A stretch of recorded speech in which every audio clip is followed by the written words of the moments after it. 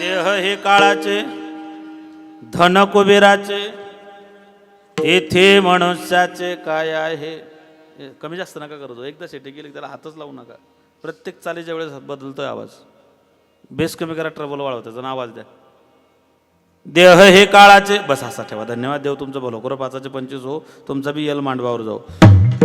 विठाल विठाल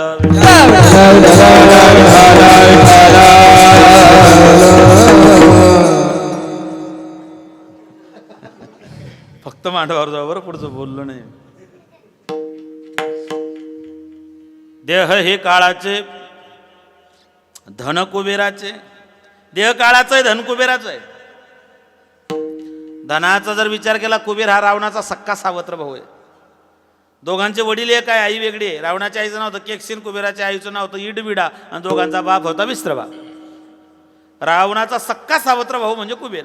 खरं तर लंका संपत्ती सगळे कुबेराची होती, पण बळी तो कानपिडी, त्याने ते सगळं बळकावलं. असो, कोण होता रावण? सप्तकोटी घरे जेते शुद्ध कांचनाचे.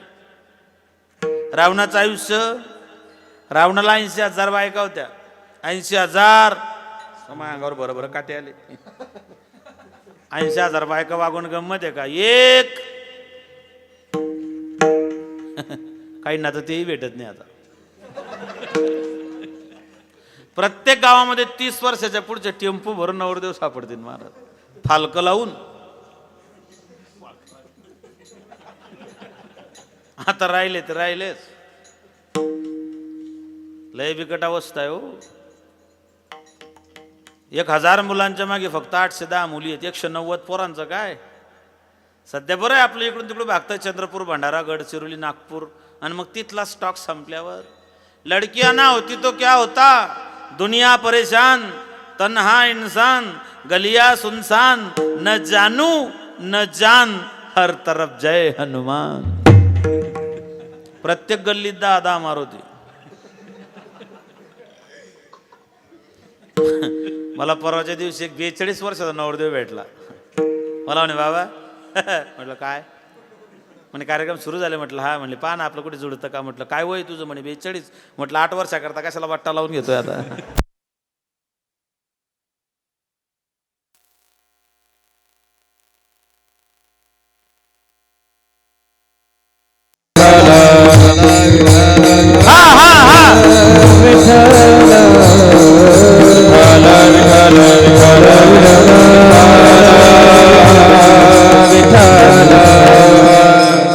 ही परिस्थिती सध्या.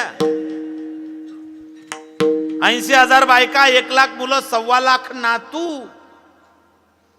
पवनदेव झाडू मारायचे, वरुणदेव पाणी भरायचे, अग्नी कापड धुवायचे, गणपती गाढवा चारायचे, खंडोबा दाढी करायचे, ब्रह्मदेव पंचांग सांगायचे, 6वी पाय दाबायची. नवग्रहाच्या पायऱ्या होत्या. शनीच्या पाठीवर पाय ठेवून रावण सिंहासनावर बसायचा.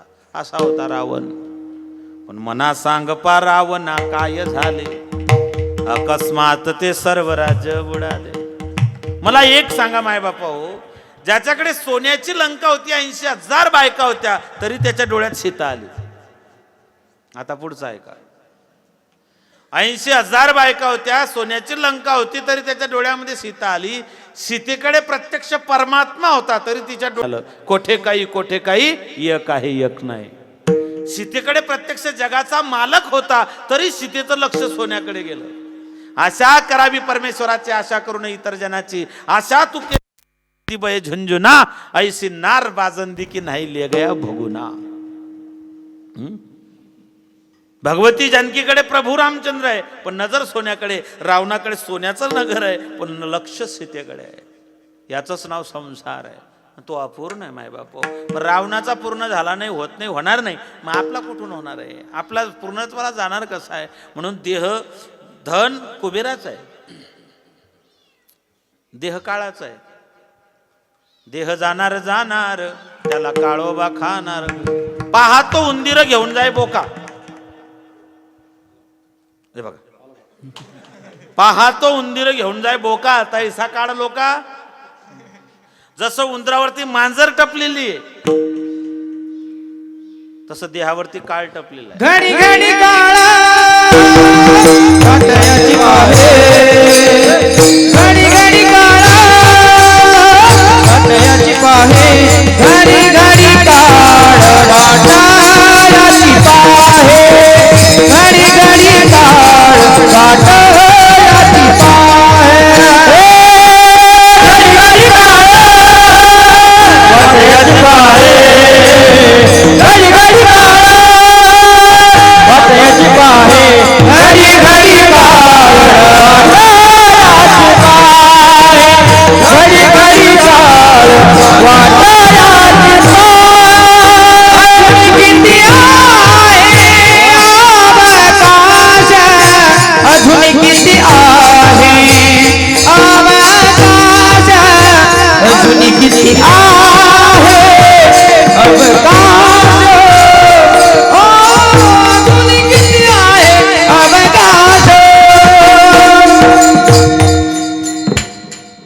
हरिमुखी गाता हर परिचंदा हरिमुखी गाता रे परिचंदा हरिमुखी गाता रे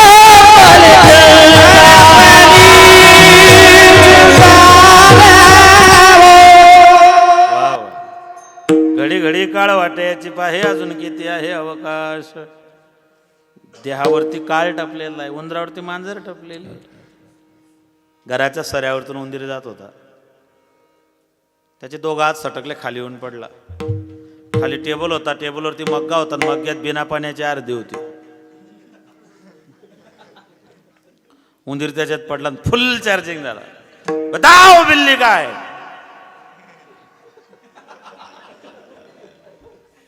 समोरच मांजर बसली होती, याच्या नाका तोंडात गेली, ते फुल चार्जिंग झालं, टाईट झालं. त्याने काठ पकडले आणि समोर पाहिलं, समोरच मांजर बसली होती. मांजर श्लोक म्हणत होती, वदनी कवळ घेता. याने मांजरला म्हणला, बिल्ली बिल्ली मेरी बीवी. ती म्हणली, बाई ग याचा का व्हॅलेंटाईन डे आज आला. Valentine day, mother day, woman day, father day, rose day, chocolate day, sari day, बस बाकीचे नाही सांगत आता. हे डे या राष्ट्रात साजरे करायची गरजच नाही आहे. 25 तारखेला नाताळ साजरा केला, आम्ही सर्व धर्म समभाव मानतो ना, आम्ही जरूर मानतो. माय बापा हो, आमच्या दारून जर एखादी भगवा संन्यासी गेला तर सुशिक्षित आई लेकराला सांगते, बघ सांता क्लॉज जातोय. हे आमचं नैतिक अधपतन आहे. येशू ख्रिस्ताच्या हातावरती खिळे मारले आणि त्याला सुळावरती चढवलं, क्रूसावरती चढवलं, असं आपण आपल्या लेकरांना कौतुकाने सांगतो. पण महाभारतामध्ये भीष्माचार्यांच्या अंगातून आरपार बाण गेले. ते भीष्माचार्य 54 दिवस कुरुक्षेत्रावरती पडले. हेही आपल्या लेकरांना कधीतरी सांगा. 4 खिळे येशू ख्रिस्तांच्या अंगामध्ये मारले म्हणून कौतुकानं त्या ठिकाणी आमच्या लेकरांना सांगितलं जातं. पण आमचे भीष्माचार्य 54 दिवस शरपंजरी पडले. हेही आपल्या लेकरांना कधीतरी सांगा. सांगा तुमच्या लेकरांना कधीतरी छत्रपती शिवराय, सांगा कधीतरी धर्मवीर शंभूराजे, सांगा विवेकानंद, कधीतरी साने गुरुजींच्या कविताही सांगा. नाही जमलं तर बहिणाबाईंच्या कविता तरी बोलून दाखवा. आज आमचं नैतिक अधपतन झालेलं आहे. जे संस्कार लेकरांना पाहिजे ते संस्कार आज उरले नाहीत. देव देश धर्मासाठी काहीतरी करायची उमेद पाहिजे. देवासाठी, देशासाठी, धर्मासाठी. देवासाठी मीराबाई, देशासाठी धर्मवीर शंभूराजे, देशासाठी भगतसिंग. मी देव देश धर्मासाठी. मीराबाईनं भगवंतावरती प्रेम जरूर करा, पण ती देवावर, देशावर किंवा धर्मावरतीच करा. माझ्या तरुण भावांना मी सांगेल की तुम बहुत खूबसूरत हो, काजल भी लगाया करो. तुम बहुत खूबसूरत हो, काजल भी लगाया करो. गले में मिर्ची नहीं, नींबू भी लटकाया करो. तुम बहुत खूबसूरत हो, काजल भी लगाया करो. गले में मिर्ची नहीं, नींबू भी लटकाया करो. प्यार करना है तो सादगी पे करो, मरना है तो अपने वतन पे मरो, मगर अपने माँ बाप और मेरे भारत माँ को बदनाम मत करो, बदनाम मत करो. प्रेम मीराबाई नहीं केलं ना. लोग कहे मीरा हो गई बावरी, पिता कहे कुल नासिरी. मीरा अब तू बच्ची नहीं, जवान हो चुकी, पैरों में घुंघरू बांधकर भगवान के सामने नाचती है. दुनिया वाले कितने अनाप शनाप भक्त, कितने दाने सुनाई देते हमें. अब तो जीना दुश्वार होगा बेटा, भुला दे उस भगवान तो पत्थर की मूर्त होती है मीरा, भुला दे उसे. मीरा ने कहा, बनवारी रे जीने का सहारा तेरा नाम रे, मुझे दुनिया वालों से क्या काम रे. प्रेम जरूर करा मीराबाई सारखं. ऐसी लागे लगन, मीरा हो गई मगन. वो तो गली गली हरी गुन गाने लगी, महलों में पली बन के जोगन चली. मीरा रानी दीवानी कहाने लगी. मीराबाई दिवाणी झाली भगवंताची. आपली बी दिवानगी आहे. ऐसी दिवानगी, आपली मार खाऊ दिवानगी. आपली दिवानगी दरवाजे से जाते हैं, खिड़की से निकलते. प्रेम जरूर जरूर करा, पण ते मीराबाई सारखं प्रेम जरूर करा, शहीद आजम भगतसिंगांसारखं. 1919 ला सायमन गो बॅक लालाजींवरती लाठीचार्ज झाला, सँडर्सनं तो केला. भगतसिंग 6 वर्षाचे होते तेव्हा. भगतसिंग 6 वर्षाचे असतानाच अंतःकरणामध्ये पारतंत्र्याची चीड होती. बापाचं आणि भगतसिंगांचं काहीतरी बोलणं झालं, भगतसिंग घरातून निघून गेले. भगतसिंग फक्त एकटे नाही, भगतसिंगांच्या घरात 3री पिढी क्रांतिकारकांची आहे.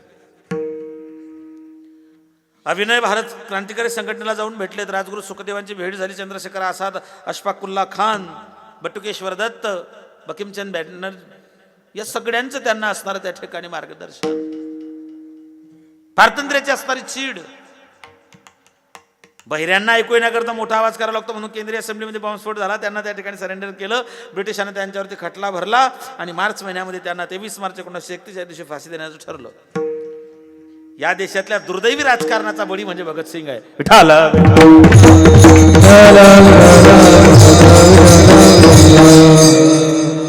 मी तिकडे जाणार नाही, मला तिकडे जायचंही नाही. भगतसिंगांना मृत्यूच्या अगोदर आई भेटायला आल्या. जेलमध्ये जेव्हा भगतसिंगांच्या मातोश्री भेटायला आल्या, हातापायामध्ये बेड्या होत्या, साखरदंडाने जकडलेलं होतं. माय आली, माय रडायला लागली. भगत ने कहा कि माँ क्यों रोती हो माँ, शहीदों की माताएं रोया नहीं करती, तेरी आंखों में आंसू अच्छे नहीं लगते, पोंछ दे माँ, इसके पहले कि मैं टूट जाऊं, आंखों से आंसू पोंछ दे माँ. लोग कहेंगे कि भगत की माँ डरपोक थी, कायर थी, क्या तूने इस कायर को जन्म दिया ना माँ, तुझे तो नाज होना चाहिए कि तेरे कोख से मैंने भगत सिंह ने जन्म लिया है. मनी धीर धरी जननी भेटेन 9 महिन्यांनी, पुन्हा भेटेल, पुन्हा जन्माला येईल, घेईन मी जन्म, पुन्हा येईल याच राष्ट्रात, याच मातीत, याच देशातील, पण रडू नको. भगतसिंगांनी सांगितलं, भगत एक बार तेरे चेहरे पे सेहरा देख लेती तो मैं खुशी खुशी जिंदगी को अलविदा कह देती. भगत ने कहा माँ मेरी तो ब्याह हो चुकी है, तो बता बता तेरी दुल्हन कौन है. तो भगत सिंह ने कहा था माँ हिंदुस्तान की आजादी ही मेरी दुल्हन है, मेरी तो शादी हो चुकी है आजादी के साथ, हिंदुस्तान की आजादी के साथ.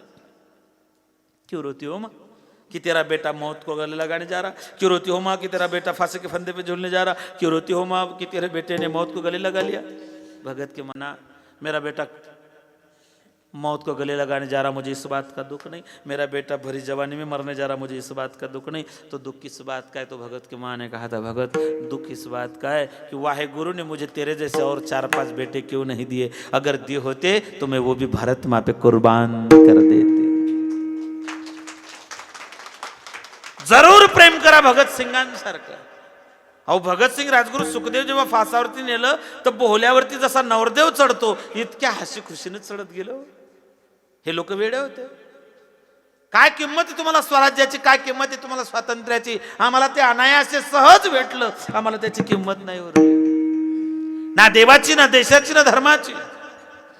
शंभूराजांनी या मातीसाठी बलिदान केलं. अरे शंभूराजे औरंगजेबाच्या बापाला सापडले नसते, पण आमचे फुटीरवादी अवलाद फुटली ना.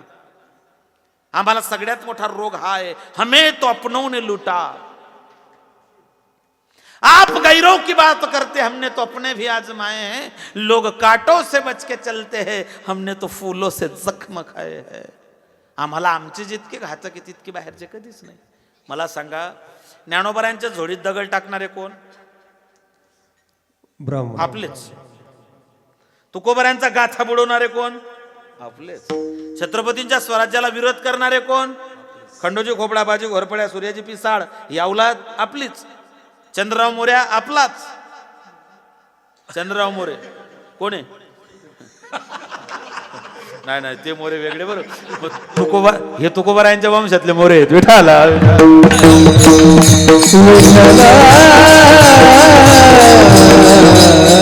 तो जावडीचा चंद्रराव मोरे वेगळा, हे तुकोबारायांच्या वंशातले मोरे आहेत.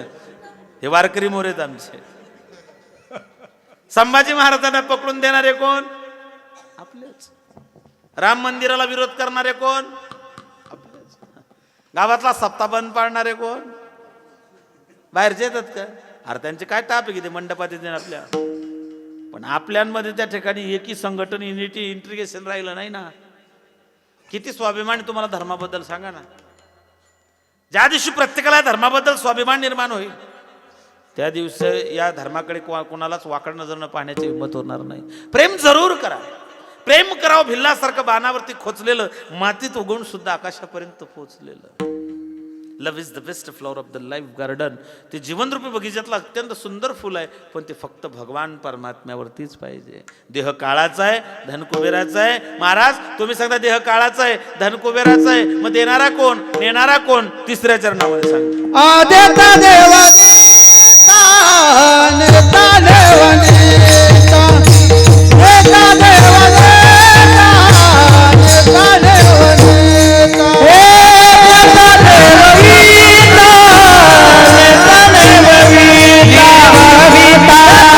नेता,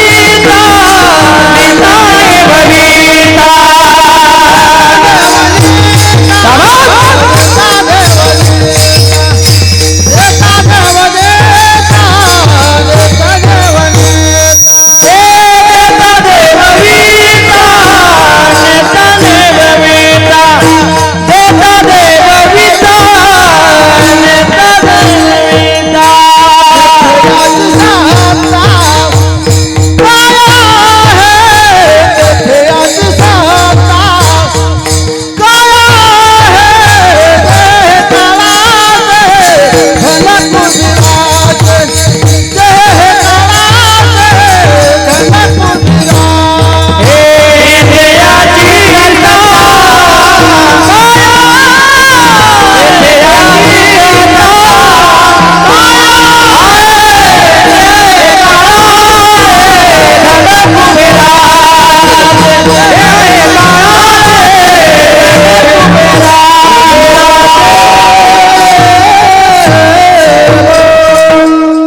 नेता देव वीता, नेता नेवविता तेथेयाचे सत्ता काय आहे.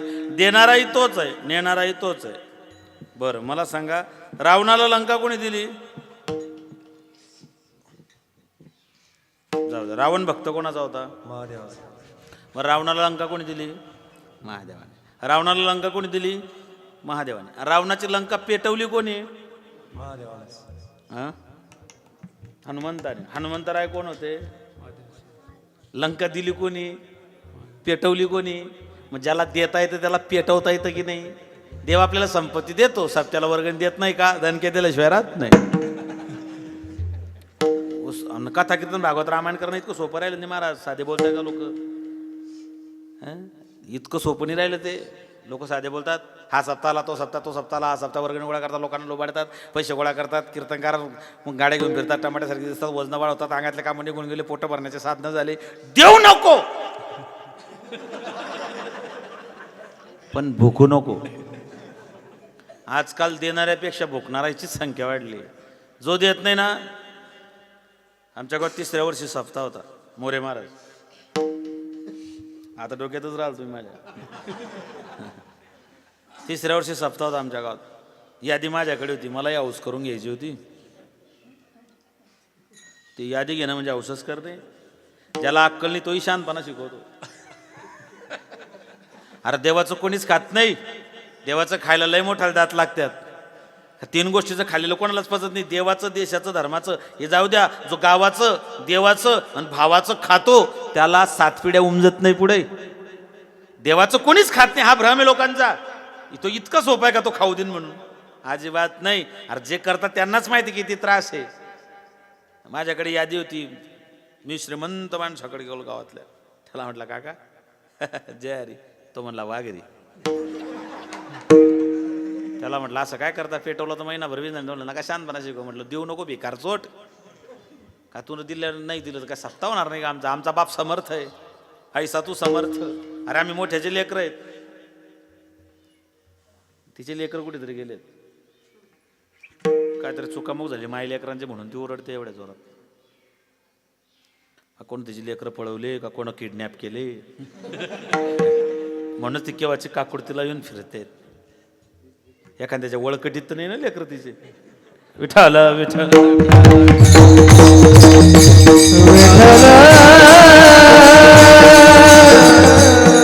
1 रुपया दिला नाही त्या माणसाने. 7 दिवस सप्ताहाला 8व्या दिवशी फुकाचा येऊन चेंदून गेला.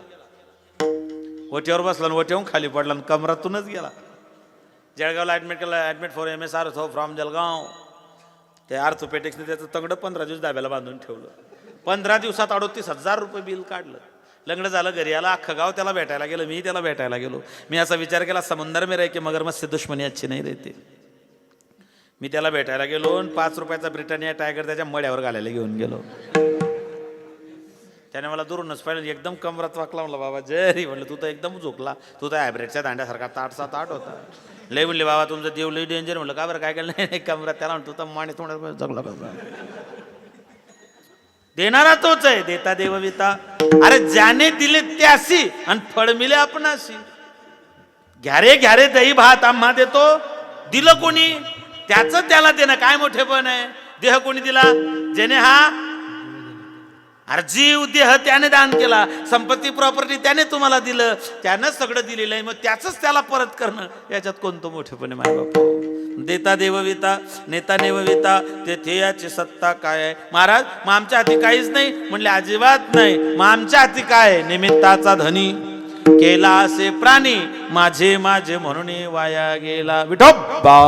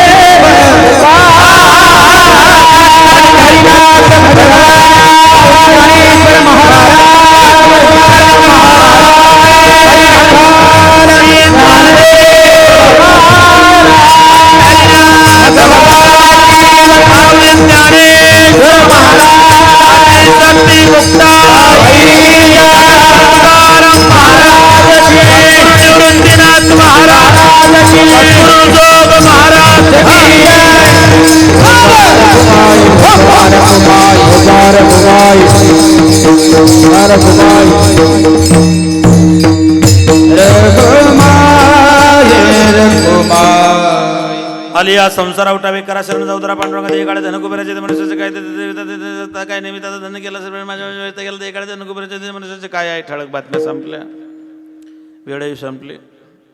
तुमचे 15 मिनिटं घेऊ का? नक्की? त्याचे पैसे वेगळे लागतील. विठ्ठल विठ्ठल विठ्ठल विठ्ठल विठ्ठल विठ्ठल.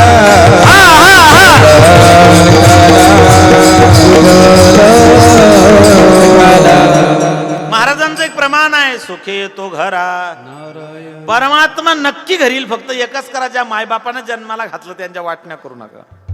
2 पोत्यावर म्हातारा आणि 1.5 पोत्यावर म्हातारी वाटून घेतली लोकांनी. म्हातारा मोठ्याकडे, म्हातारा धाकट्याकडे, दोघे एकामेकाकडे टिके टिके टिके टिके टिके पाहते. मग म्हातारा म्हणतो चोरी झाली तुला बोलण्याची, म्हातारी बोलण्याची. मायबापांच्या सगळ्यात जास्त हाल जर कोणी केले असते तर नोकरीवाल्यांनी. 80% सुशिक्षित लोक मायबाप वागवत नाही. जे वागवतात त्यांचे इतके भाग्यवान दुसरे कोणीच नाही. पुंडलिके काय केले? परब्रह्म उभे केले. मायबाप केवळ कासे तिरण जावे, सकळ तीर्थाची धुरी ज्ञानोबा म्हणतात. हा म्हणजे आत्मा, ही म्हणजे ईश्वर, दोघांचं संयुक्त मिश्रण म्हणजे आहे. स्वामी तिन्ही जगाचा.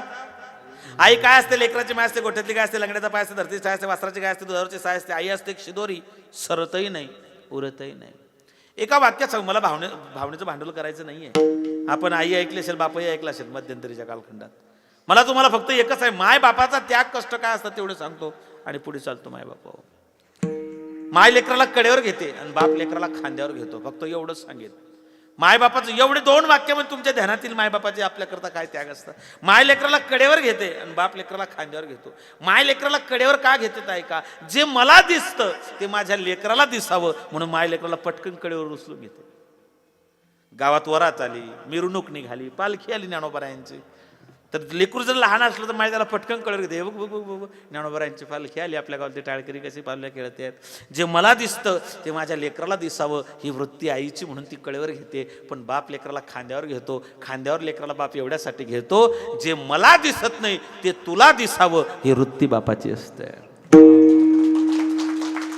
जे मला दिसतं ते तुला दिसावं ही आईची वृत्ती आहे, पण जिथपर्यंत माझी नजर जात नाही तिथपर्यंत तुझी नजर जावी हे फक्त बापच करू शकतो, दुसऱ्याला शक्य नाही.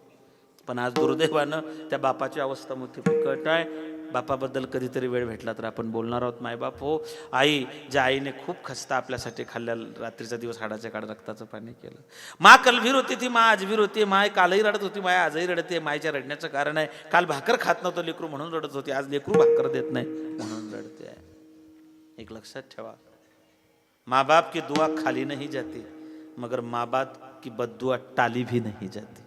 मायबापाची जी दुआ आहे ना, जे आशीर्वाद ते खाली कधीच जात नाही. पण मायबापाच्या अंतरात्म्यातून जर तडतडाट निघाला ना तर ते लेकर कधीच सुखी होत नाही. म्हणून देवासारख्या मायबापांच्या डोळ्यातून कधी अश्रू येणार नाही याची काळजी घ्या. याच्यातच सगळं सामावलेलं आहे. विठ्ठल विठ्ठल. आज संस्कार राहिले नाही.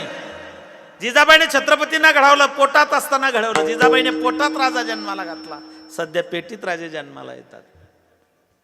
जिजाबाईनं पोटात राजा घडवला. वयाच्या 15व्या वर्षी हातामध्ये तलवार घेणारा, वयाच्या 29व्या वर्षी महाराष्ट्रातला पहिला अतिरेकी मारणारा, वयाच्या 35व्या वर्षी दिल्लीला जाणारे आणि वयाच्या 50 वर्षापर्यंत रणांगणामध्ये धुरंधर बनून लढणारे. माझ्या भावांनो ऐका, बायको मेल्यानंतर बायकोचे थडगे बांधणारे भरपूर झाले. बायको मेल्यानंतर बायकोच्या स्मरणार्थ उसकी याद में मैंने ताजमहल बना दिया. बायको मेल्यानंतर बायकोच्या स्मृतीपित्यर्थ थडगे बनवणारे भरपूर झालेत. पण जिवंतपणे मायला दिलेला शब्द पूर्ण करण्यासाठी ज्यांनी जीवाचं रान केलं त्यांचं नाव आहे राजा शिवछत्रपती. महाराष्ट्रातल्या किंकाळ्या, महाराष्ट्रातले अत्याचार, अनाचार, परचक्र हे सगळं पाहिलं. गायी मारल्या गेले, पुजारी मारल्या गेले, मंदिरं पाडल्या गेले. हे जे सगळं होतं, जिजाऊंचं अंतःकरण तीड तीड तुटत होतं. जिजाऊंचं अंतःकरण तीड तीड तुटत असताना राजांनी विचारलं की आईसाहेब हे कोण कधी बंद होईल? म्हणले कधी जो बंद करणारा भेटेल. कोण बंद करेल? म्हणले आम्ही बंद करू. जिजाऊनं सांगितलं शोभा बोलणं फार सोपं आहे, बोलणं फार सोपं आहे. राजांनी सांगितलं आऊसाहेब 12 बलुतेदार, 18 अलुतेदार, कोडी, माळी, साडी, तांबोडी, लोहार, ब्राह्मण, सुतार, चांभार, हरिजन या सगळ्या 18 पगड जाती समाजाला, सगळ्या समाजाला एकत्र घेऊन मला स्वराज्याचे हे राज्य व्हावे ही श्रींची इच्छा आहे. गोरगरिबांचं, शेतकऱ्यांचं, कष्टकऱ्यांचं, माझ्या आया बहिणींचं जिथं सुरक्षित राज्य निर्माण होईल असं स्वराज्य मला निर्माण करायचं आहे. 14 वर्षाचे असताना राजे आईचे संस्कार काय असतात ऐका. रांझ्याच्या पाटलाने बलात्कार केला रामजी खोडे नावाच्या ग्रस्ताच्या मुलीवरती. राजांचं वय अत्यंत कमी, अजून मिसरूडही फुटलेलं नाहीये. मावळ प्रांतातून राजे जाताना रामजी खोड्यानं पाहिलं, धावत गेलं. राजा राजा थांब, राजा थांब. घोड्याचे लगम आवरल्या गेले. रामजी खोडे धापा टाकत आले. कानावरचे केस पिकलेले होते. म्हातारं वयस्कर वाटत होतं. धाप लागलेली होती. पोट खपाटीला गेलेलं होतं. गालगुच्चे बसलेले होते. डोळ्यातून अश्रू वाहत होते. राजे खाली उतरलेत. राजांनी बाबांच्या पाठीवर हात फिरवला. बाबा काय झालं सांगा. मन मोकळे मनात श्वास घ्या, शांत व्हा आणि सांगा आता काय झालं. काय सांगू राजा, कोणत्या तोंडानं सांगू रे राजा. राजा माझी एकुलती एक पोर पाणी भरायला पानवट्यावरती गेली रे. गावच्या पाटलानं बदअमल केलं. त्याचं नाव बाबाजी भिकाजी गुजर. कुंपणानं शेत खाल्लं. राजा अरे दाद न्यायची कुणाकडं. राजाने हिरोजीला सांगितलं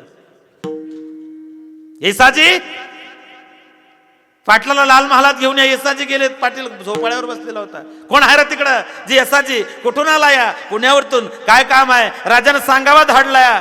कोण राजा? कुठला राजा? अरे म्हणलं जाऊन सांग तुझ्या राजाला आम्ही गावचं पाटील आहे, जसं वाटेल तसं वागू. मी गावातला पाटील आहे, तमाशातला नव्हं. येसाजी परत आले. राजे पाटील मगरूर आहे. कमरेची तलवार शोभेला होती. येसाजी छडी ढालायत घेऊन जा. पाटलाच्या मुसक्या आवळा. मुसक्या आवडल्या. पाटला लाल महालात उभं केलं. पाटील गयावया करू लागला. पुरावे सगळे सिद्ध झालेत. I witness मिळालेत. प्रत्यक्षदर्शींचे पुरावे झालेत. आणि राजांनी हुकूम केला पाटलाचे हातपाय तोडा, तोंडाला काढा लावून रांझ्याला परत पाठवा. ऐका माय बापा, छत्रपती शिवाजी महाराजांनी बलात्काराला दिलेली शिक्षा जर या महाराष्ट्रात लागू केली असती तो कोपर्डीचा बलात्कार झालाच नसता. राजांनी शिवशाहीमध्ये केलेली बलात्काराची शिक्षा जर या देशात लागू केली असती निर्भया प्रकरण झालंच नसतं. हाथरसचं प्रकरण झालंच नसतं. हैदराबादची आमची भगिनी गेलीच नसती. त्या राजानं आम्हाला स्वाभिमान दिला. त्या राजानं मला जगणं शिकवलं. हे जिजाबाईचे संस्कार आहेत. आईने आपल्या लेकराला कोणते संस्कार घालावेत. छत्रपती शिवाजी महाराज आज जन्मा घ्यायला तयार आहे, पण जिजाबाईच सापडत नाही. कोणत्या बाईला वाटतं शिवाजी महाराज जन्माला यावे, तिला वाटतं शिवाजी महाराज जन्माला यावे, भगतसिंग जन्माला यावे, पण आपल्या घरात नाही, शेजाऱ्याच्या घरात. तिला वाटत नाही आपल्या घरामध्ये त्याने जन्माला यावं. आणि लोक गाडीवरती मागे लिहितात, राजे पुन्हा जन्माला या. मी म्हटलं आता या भानगडीत पडूच नका. 16व्या शतकात तुम्ही जन्म घेतला तेव्हा तुम्हाला पदर टाकून पाजणाऱ्या जिजाबाई साहेब होत्या. सध्या पदरच राहिला नाही. त्याच्यामुळे तुम्ही जन्म घेऊ नका. काय लिहितील लोक त्याचा भरोसा नाही. मी येताना मला एक अजिंठ्याच्या घाटामध्ये एक गाडी क्रॉस झाली, त्याने मागे नाव लिहिलं होतं, ज्याच्यावर कर्ज तोच खरा मर्द. मी ड्रायव्हरला म्हटलं गाडीवर टेकणे मामा खड्डे खूप आहेत गाडी, म्हटलं तरी घे पुढे. मी त्याला थांबवलं, म्हटलं लई मस्त नाव टाकलं गड्या. म्हटलं बाबा आपल्या प्रत्येक गाडीवर असंच नाव असतं. पहिली आपल्याकडे 3 पायाची ती प्याजो गाडी होती म्हणे. म्हटलं त्याच्यावर काय नाव होतं म्हणे, इतिहास मत पुछो. म्हटलं तुझ्या घराण्याचा काय इतिहास आहे. म्हणले काय नाही बाबा, 2 एकर जमीन होती ती विकली, मग ही गाडी घेतली, तिचे हप्ते थकले, बायकोचं मंगळसूत्र मोडलं, हप्ते भरले आणि उरलेल्या पैशात रेडियमवरती नाव टाकलं, इतिहास मत पुछो. ज्याच्यावर कर्ज तोच खरा मर्द. मायबापा हो, जरूर राजांचा स्वाभिमान बाळगा. राजा छत्रपती शिवराय डोक्यावरती घेण्याचे नाही तर डोक्यात उतरवण्याचा तो विषय झालेला आहे. छत्रपती शिवरायांचं असणारं कर्तृत्व, नेतृत्व, आणि त्यांनी आम्हाला दाखवलं निश्चयाचा महामेरू, बहुत जनांचे आधारू, अखंड स्थितीचं निर्धारू, श्रीमंत योगी. आज लेकरांवरती संस्कार राहिले नाही हो, अजिबात संस्कार राहिले नाही, बिलकुल नाही. एक पोरगं 9वीत नापास झालं, 3 वर्ष. मास्तर म्हणे नालाय का, एका वर्गावर इतकं प्रेम करायचं का, 3 वर्ष एकाच वर्गात. तुझ्या वयात ज्ञानेश्वर महाराजांनी ज्ञानेश्वरी लिहिली होती. ते पोरगं म्हणले बस करा, माझ्या वयात ज्ञानेश्वरी लिहिली होती म्हणे गुरुजी तुमच्या वयात तर ज्ञानेश्वर महाराजनं समाधी घेतली होती. संस्कार राहिले. रावणाची लंका कशाची होती हो, आणि कृष्णाची द्वारका कशाची होती. सोन्याची लंका होती, सोन्याची द्वारका होती. लंकेत सोनं होतं पण संस्कार नव्हते, म्हणून लंका जळाली, द्वारका बुडाली. संपत्ती, संतती, संस्कृती, तुमच्या लेकरांना संपत्ती नाही कमावून ठेवली तरी चालेल, पण संस्कृती त्याला संस्कारांची शिदोरी बांधून द्या. कारण संस्कार असले तो नक्की संपत्ती कमवेल, पण संपत्ती कमावून ठेवली संस्कार नसले तो तुमच्या डोळ्या देखतच तिचा धिंगाणा केल्याशिवाय राहणार नाही. म्हणून लेकरांवरती या संस्काराची अत्यंत गरज आहे, जबाबदारी आहे, आणि ते फक्त याच मंडपामध्ये मिळू शकतं. हेही तुम्ही मनाशी कुणगाड बांधून ठेवा. विठ्ठल विठ्ठल